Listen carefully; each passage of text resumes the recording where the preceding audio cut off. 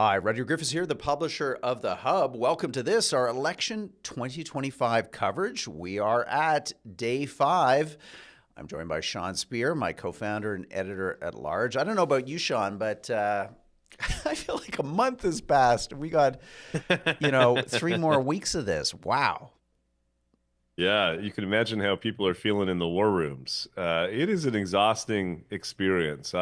I had the privilege of working on the 2011 campaign and the 2015 campaign. One of the most intense periods of my life, and so I've enjoyed watching it from afar, Roger, over the past week, as opposed to being in the mix. Yeah, not too far though. Let's take a quick look here at where the leaders are today. Mark Carney is going to be in Ottawa taking a teleconference with the premiers to respond to Donald Trump's auto tariffs, to, I guess, begin to think that through. What are we going to do? Will we retaliate or not? And then he'll have some other avails later in the day. Pierre Poilievre is holding a press conference in Nanaimo, British Columbia. He's staying out west right now. He'll be giving that press conference at 9:30 a.m. Pacific time. And then Jagmeet Singh is in Toronto. He's got a 10 a.m. announcement on the cards. We'll see what that's about. Toronto, absolutely key to the NDP if they want to have any hope here of rebuilding from the low single digits. Sean, I want to talk to you about some breaking news this morning. There are reports in the media that Mark Carney's PhD thesis seems to have lifted quotes content from other academic sources. This was a dissertation written, I guess, almost 30 odd years ago. What's your sense? Does this matter? Obviously, plagiarism is a serious thing. We saw that big resignation in the midst of another kind of political moment in the United States. The president of Harvard having to step down, and generally in the last while, I think plagiarism has taken on more emphasis in just people's sense of what the public discourse and especially in academia, the importance of facts and making sure those facts are your own. Yeah, congratulations to our friends at the National Post. This is a big scoop, a good bit of journalism where they went in and analyzed carefully Mr. Carney's PhD dissertation, and as you say, found several instances, I think 10, where at best you could say sources were improperly referenced or lacked reference, and or at worst represented, for all intents and purposes, plagiarism. I don't know, Rudyard, if it's going to have a major effect on the campaign, but I will say this, and I mentioned that I've been involved in national campaigns before. I'm drawing a bit on that experience. These types of stories are destabilizing.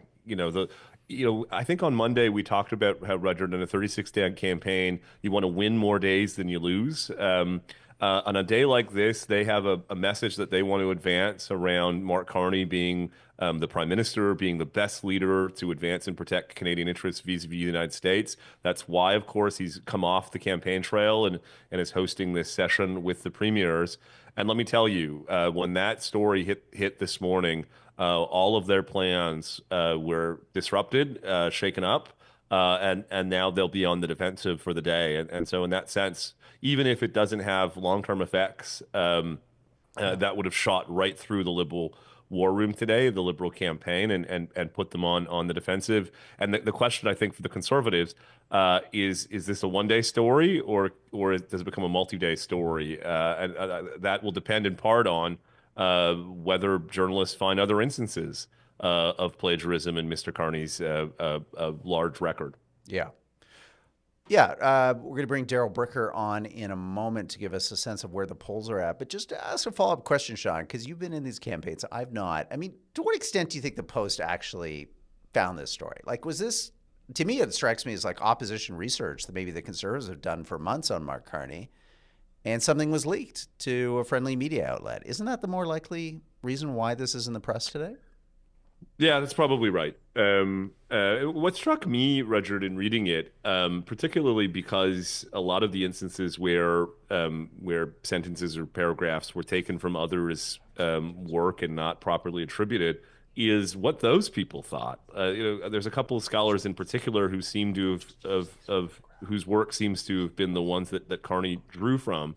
I wonder what they've thought over the past 30 years, and what they're thinking today, that he's being outed for essentially lifting their work. I think that's another angle here. Do we start to see academics or others come out and raise concerns about either his dissertation or other work he's done? But I guess just at a big picture level, Mark Carney is selling competence. He's selling capability, and a story like this, chips away at that a bit. I don't think it's ultimately decisive, but as I say, they're having a bad day today in the liberal worm, and they were intending to have a good one. Yeah. We're going to bring Daryl Brecker into this show. We've got him on audio right now. He's having some camera problems, but let's get him in here to give us a sense, Daryl, of the latest, what you're seeing as the polls, and maybe if you could react, Daryl, to this leak, talking about a lot of leaks this week from the Ontario PC Conservatives, who are kind of leaking their internal polling in Ontario, showing a very significant lead for the Liberals over the Conservatives in this province. Well, I would say, Richard, that first of all, we need to, talk about the true thing that's going on in this campaign, and that's the Liberals, in spite of what Sean's talking about right now, have had about as good a start as anybody could have. I mean, it's been a fantastic launch for the Liberal campaign. They now have a clear lead, at least in our polling, although it seems to have stalled a little bit this week, and I don't know if that's because they've reached a peak or they're waiting to go to a new level. And it's a pretty significant lead and could potentially lead to a Liberal majority.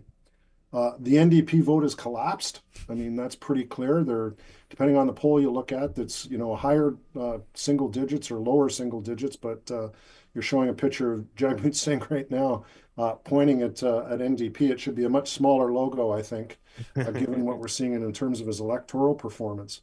And everything that's leadership related, Carney is very well ahead of Poilievre. And the only things that Pierre Poilievre is leading on in terms of leadership right now, when we test that, are all things you actually don't want to be leading on.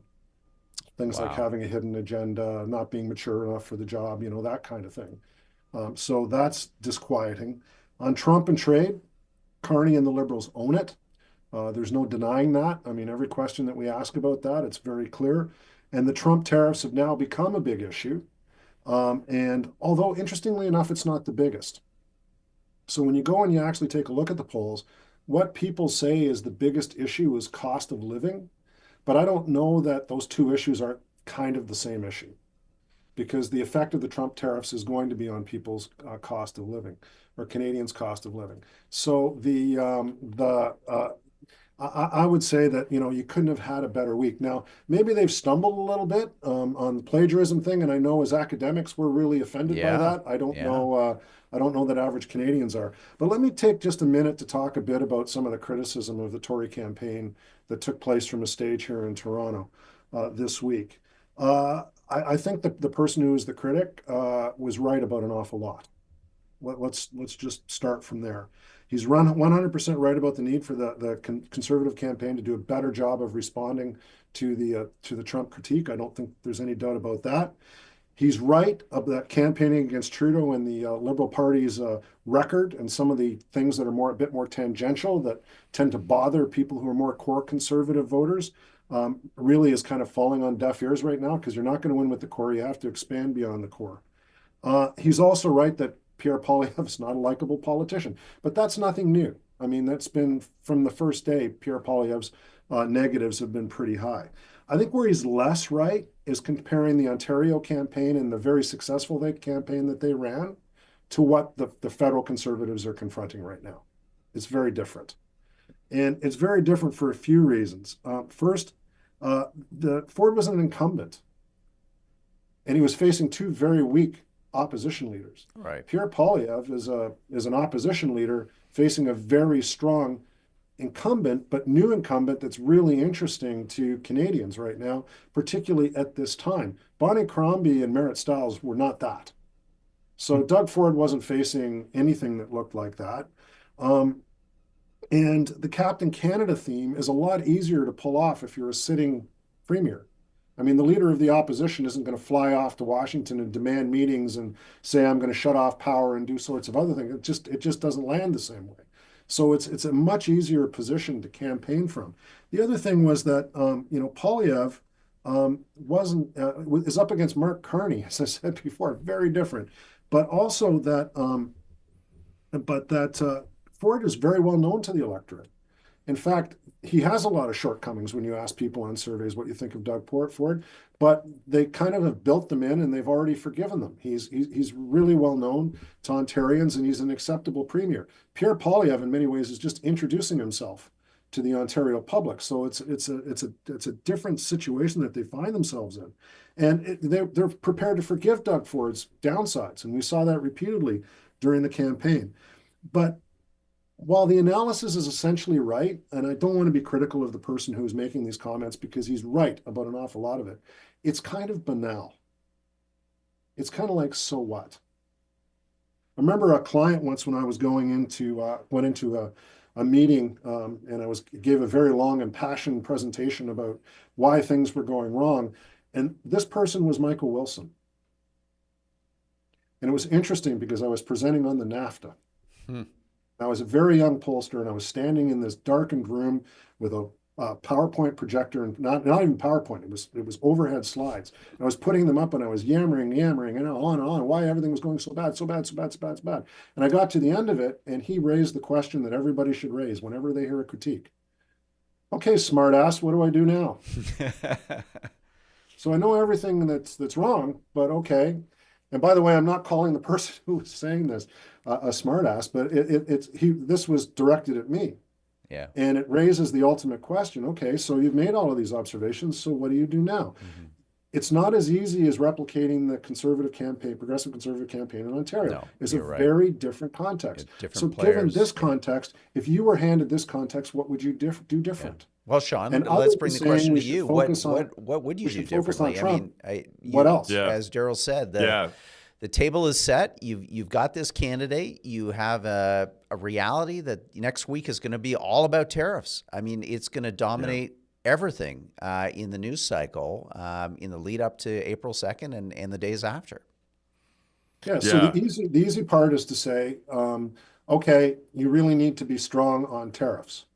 But as I think I've said on this show before, and I'll repeat again, it's like that old Steve Martin joke. How do you become a millionaire and pay no taxes? First, get $1 million. Yeah. It's like, okay. So I need to be strong on tariffs. Okay, so maybe I need something new, but the context doesn't change for me. So the Poilievre campaign simply can't take the Ford campaign and photocopy it and apply it to what they're going through, because the context is very different. And just as if the Ford campaign had been facing what Pierre Poilievre and his campaign is facing, they would have been in a very similar sort of circumstance in Ontario. Great. Yeah, Sean, let me come to you. Ton of insight there, Daryl. You covered a lot of ground. I'll resist the temptation to jump in on a bunch of different topics, including your view that the Liberals have had a great start to the campaign. Why don't we seize on this question, which was really at the heart of the election so far, which is which party is best positioned on the tariff issue. Help our audience understand why Canadians have come to this view that Mark Carney is self-evidently better than Pierre Poilievre on tariffs, because I think understanding the cause of that intuition is crucial for the if the Conservatives are to change things. They need to understand why Canadians are of that view. It seems to me, in a lot of ways, it comes down to vibes more than anything else. Well, I think it's also what they know about both leaders. So Pierre Poilievre, I think, did a brilliant job positioning himself to run against Justin Trudeau.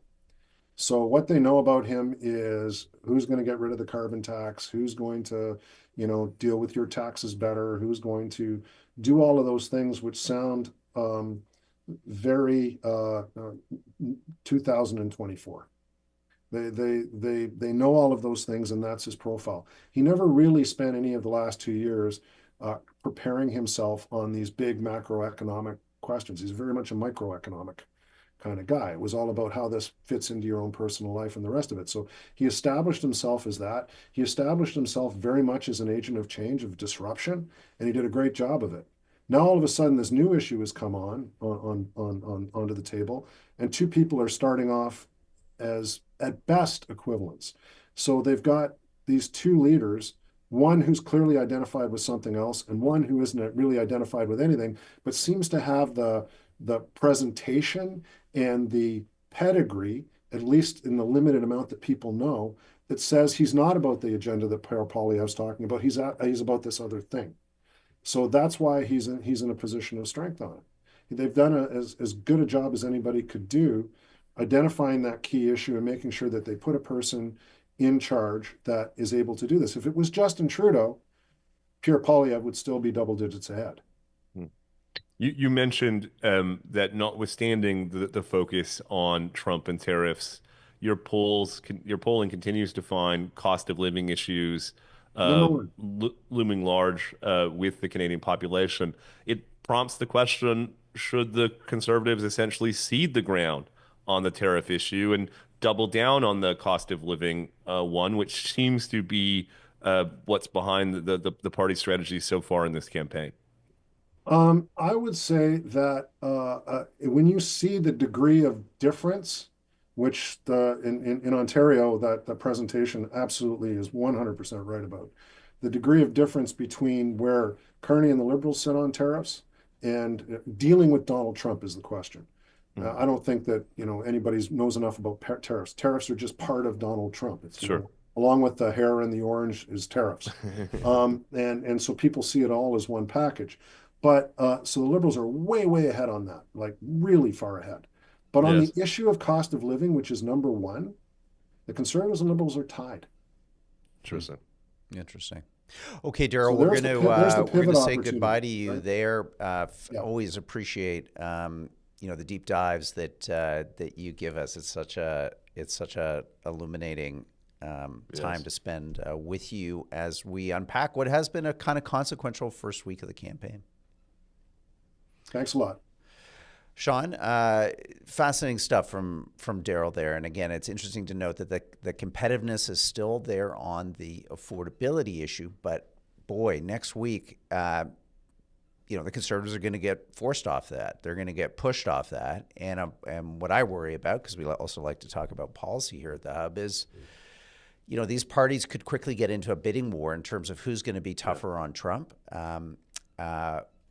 Retaliatory tariffs, if you want to be honest about it, are kind of as dumb as a bag of hammers, and we could be reaching into a bag, pull out a lot of hammers next week, Sean. Yeah, I agree, Roger.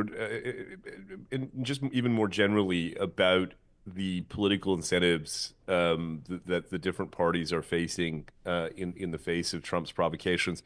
I saw a well-regarded American commentator say in response to Carney's speech yesterday, in which he asserted that the Canada-U.S. relationship, at least as we understand it, is over. This American commentator posted, quote, "I cannot emphasize enough what a remarkable thing it is for any Canadian prime minister, let alone one who's a quintessential member of the country's centrist elite, to talk like this," unquote. And it seems to me that misses the point. The incentives are, this isn't a major insight on the part of Carney. The incentives are tilted in favor of him communicating that way. I mean, to go to Darryl's point, that in a way is why they're outperforming the Conservatives on this issue, because they've taken this maximalist position. And I think the Conservatives in the coming days are going to be forced into to match them. And our politics are going to be off in the direction of this bidding war over who can be more antagonistic to the American administration, and as you say, who's prepared to spend more money showering it on industries and households and others. Well, Sean, perfect segue to our next guest, which is the Hub's editor-in-chief for business and economics, Theo Argyris, who had a terrific column today in the Hub talking, Theo, about exactly this, the extent to which tariffs and countervailing duties and the revenues that are going to flow off this are now, Theo, in your view, becoming increasingly kind of hardwired into what's been a pretty big spending bonanza this week, tax expenditures, announcements from both parties. So why don't you unpack your core argument for our audience? Yeah, next week we're going to get. Good morning, guys. Next week we're going to get obviously some important announcements from the Trump administration on tariffs. On multiple fronts. What he's going to do with the existing tariffs that exist that he already has imposed on Canada, and whether he's going to impose new ones. And that will probably trigger, more formally a response from the Canadian government, which, as I note in the story, but also, I mean, I've seen on social media how the Canadian government has these advertisements in the U.S. on how tariff is a tax and trying to Yeah, kind of illustrate, it's underscore a tax how here in Canada the too. the U.S. tariffs are imposing a tax on Americans. Well, the response will essentially be that, which is quite an extraordinary thing to do, which is to impose taxes on households mid election campaign. I don't know if we've ever been in that situation before. And my point in the article essentially is that there are plenty of risks associated with relying too much on tariffs. And Sean talked about the political incentives, but we don't want to be the political incentives of kind of having a very aggressive pushback vis-a-vis Trump. My concern is that we will also have fiscal incentives to push back aggressively on Trump. And there will be this kind of weird situation where the harder they push in terms of actual concrete retaliatory tariffs, the more they'll have in their campaign war chest. And that poses a number of risks. One is the fact that the truth is we don't really know what our tariff regime will look like in, let's say, 5, 6, 7 months, Yeah. because not only is Trump kind of notoriously kind of willing to kind of move back on things that he does, reverse measures, but also we really haven't had a debate even in Canada on what Hmm. retaliatory tariff should look like, what the strategy here. I think it's been more emotional than really intellectual type of debate. So that's kind of the one thing we don't really want to spend money that we don't really know we'll have in a few months from now.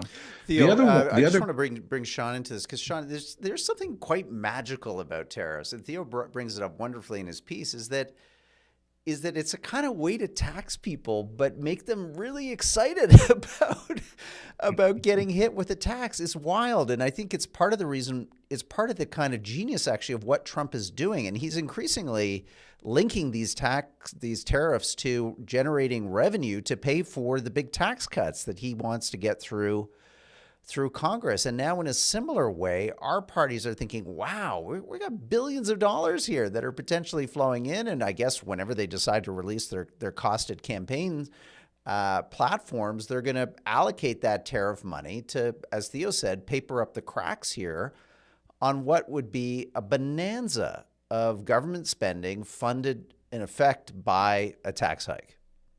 Yeah, Roger, we're so glad to have Theo on the team, and his piece today is precisely the reason why.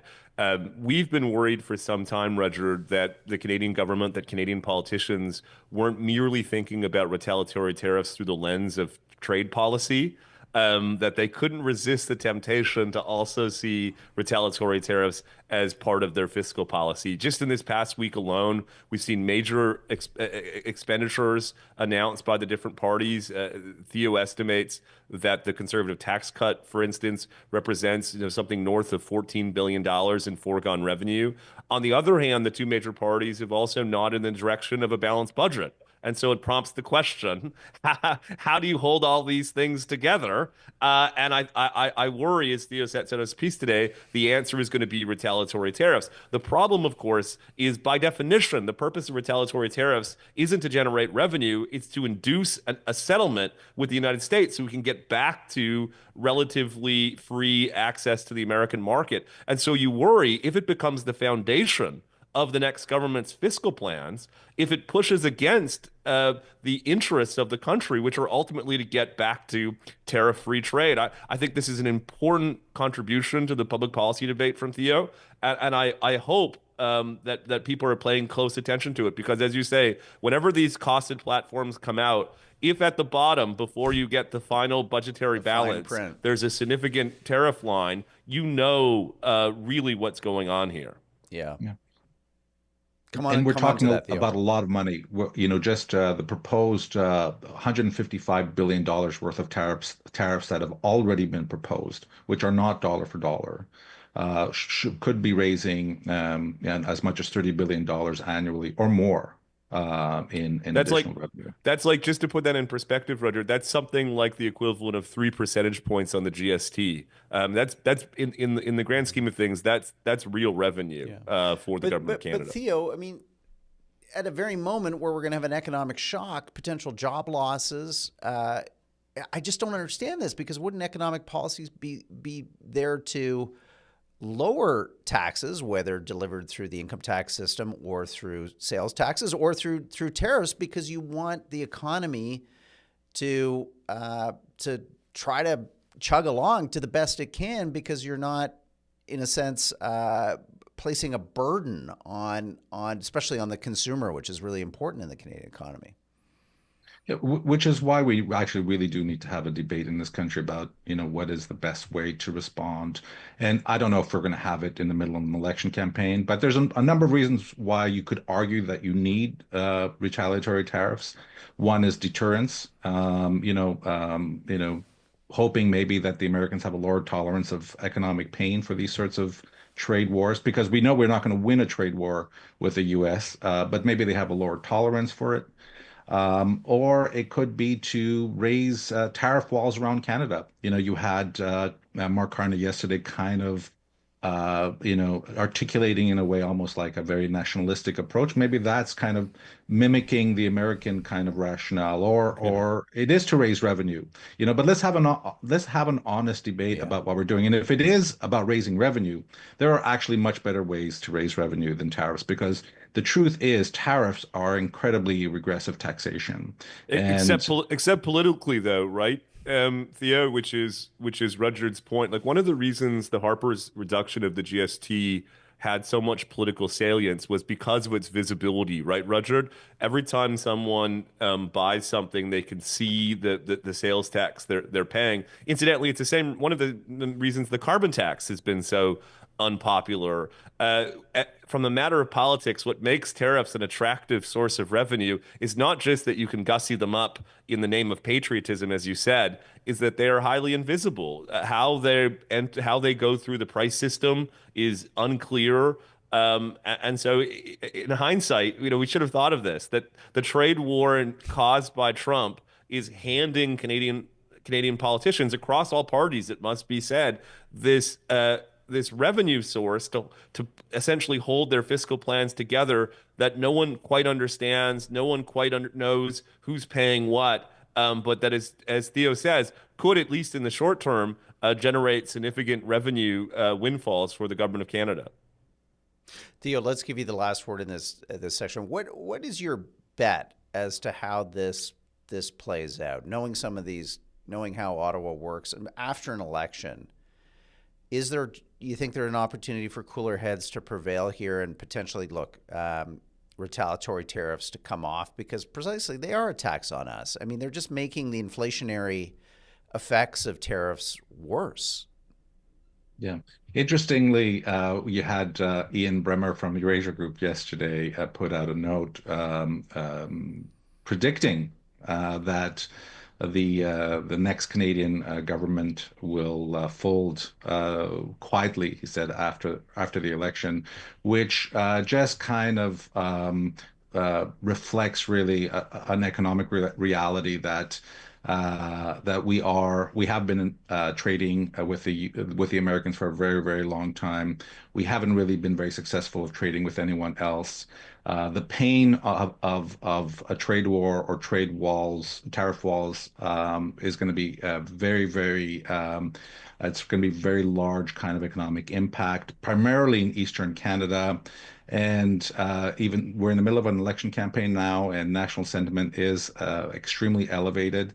But when the bills come, Yes. and we have to think about kind of how much we really want to sacrifice, maybe cooler heads will prevail. Yeah. Well, thank you, Theo. I'm just so proud of the team here. Look at this, the three amigos. Yeah. What Theo? You're an economic. What free trade conference was that? The three or four amigos? I forget. It was always the three, wasn't it? Oh, the Three Amigos. It was the Canada, U.S., Mexico kind of Yeah, summit yeah. that I'm not sure when they Boy, ended those, but those seem like different days, eh? I think it was George, the original Bush in a sombrero with Yes. whoever it was. It wasn't Vicente Fox. I'll have to remember. Look, guys, thank you so much. And Theo, thanks for the great reporting. Urge viewers and listeners to check it out right now at the Hub. You get Theo Argytas exclusively at the Hub for all of our best economics and business insight. Sean, I'm going to say goodbye and sayonara for this edition of Election 2025. Friday, we made it through the week. Yes, We'll kick yes, it all off yes. again on Monday mornings at 10 a.m. So we'll say goodbye to Theo now. We'll say goodbye to our audio listeners. But if you want to stick around on the live stream for a couple more minutes, Sean and I will be taking questions from the live chat. So we'll say that goodbye now. Bye-bye.